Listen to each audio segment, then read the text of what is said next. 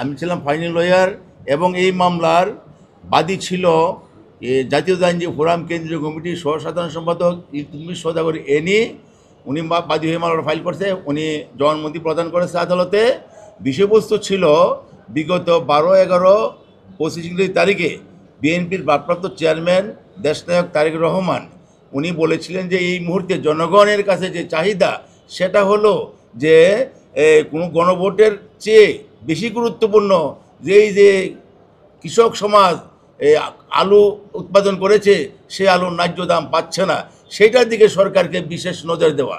তারই প্রেক্ষিতে এই স্বৈরাচার পতিত স্বৈরাচার যারা ইতিমধ্যেই এই দেশ ত্যাগ করেছে তাদের দূষর এই আজকের যে যার বিরুদ্ধে আমরা আসামি করে মামলা করেছি সে একটা মিথ্যা স্ট্যাটাস দিয়ে বলেছেন যে 88 কোটি টাকা দিয়ে যে গাড়ি কিনতেছে তারেক রহমান সাহেব, এইটার টাকা যদি এখানে কৃষকের মাঝে দিয়ে দিলে বরঞ্চ এর চেয়ে বেশি ইয়া হবে।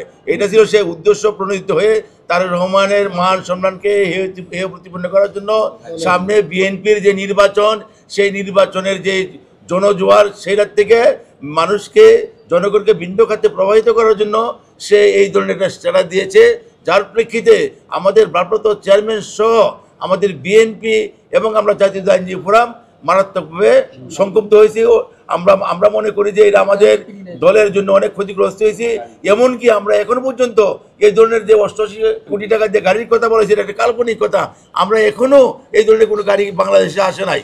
যদিও আমাদের যে দেশনায়ক তারেক রহমানের নিরাপত্তার দরকার আছে, উনি সারা দেশে নির্বাচনী প্রচার করবেন, এটা পৃথিবীর সব দেশেই এই যে যেখানে দলীয় প্রধান তার নিরাপত্তার ব্যবস্থা রাষ্ট্রের পক্ষ থেকে করে থাকে, এটা দোষের কিছু নয়। আর ফেসিবাদ তো সবসময় তৎপর কিভাবে নির্বাচনকে বানচাল করবে, এই জন্য আমাদের এই দল এখানে মারাত্মকভাবে এটা সংক্ষুব্ধ হয়েছেন এবং দলের পক্ষ থেকে আমরা জাতীয় আইনজীবী ফোরামে আজকে আমরা একটা লফুল একটা আদেশ দিবেন বলে আমাদের সাথে ওয়াদা করেছে। জনাব তারেক রহমান এই দেশের বর্তমানে 18 কোটি মানুষের নেতা হিসাবে উনার দল আসন্ন নির্বাচনে অংশগ্রহণ করবেন এবং দেশবাসী আশা করছেন যে উনার নেতৃত্বে বিএনপি যে ইলেকশনে প্রচার করবে এবং জনগণ বিএনপিকে ভোট দিয়ে আগামী জাতীয় নির্বাচনে বিএনপিকে পাশ করাবেন এবং তারেক রহমান এই দেশের প্রধানমন্ত্রী হবেন। স্বার্থান্বেষী মহল এটা যাতে হতে না পারে, করতে না পারে এবং তার ভাবমূর্তিকে ক্ষুণ্ণ করার জন্য, বিএনপির ভাবমূর্তিকে ক্ষুণ্ণ করার জন্য এবং যাতে এটা আসন্ন নির্বাচন এটা এফেক্ট হয়ে বিএনপির প্রতি মানুষের জন্য নেগেটিভ ধারণা হয়, এই জন্য ষড়যন্ত্রমূলকভাবে ওনার বিরুদ্ধে এই স্ট্যাটাসটা দিয়েছে বলে আমরা মনে করি। এই বিএনপির ভারপ্রাপ্ত চেয়ারম্যান জনাব তারেক রহমান মহোদয় গত 12-11-2025 তারিখে ভার্চুয়ালি একটি জনসভায় বক্তব্য দিয়েছিলেন যে গণভোটের চেয়ে আলুর ন্যায্য মূল্য পাওয়া অনেক বেশি গুরুত্বপূর্ণ। তারই প্রেক্ষিতে আজকের মামলার যে আসামি তার ব্যক্তিগত ভেরিফাইড ফেসবুক আইডি থেকে সে একটি পোস্ট দেয়, সেটা হলো যে 88 কোটি টাকা দিয়ে বুলেট প্রুফ গাড়ি না কিনে ওই টাকাগুলো কৃষকদের দিলে আলু পেঁয়াজের ন্যায্য মূল্য নিশ্চিত করা যেত। সেই ক্ষেত্রে আমরা সংক্ষুব্ধ হয়ে আজকে এই মামলাটা দায়ের করি এই কারণে যে যেহেতু বিএনপির ভারপ্রাপ্ত চেয়ারম্যানকে উদ্দেশ্য করে সে এই বক্তব্য তার ফেসবুক আইডিতে দিয়েছে যে 88 কোটি টাকা দিয়ে বুলেট প্রুফ গাড়ি কেনা হয়েছে।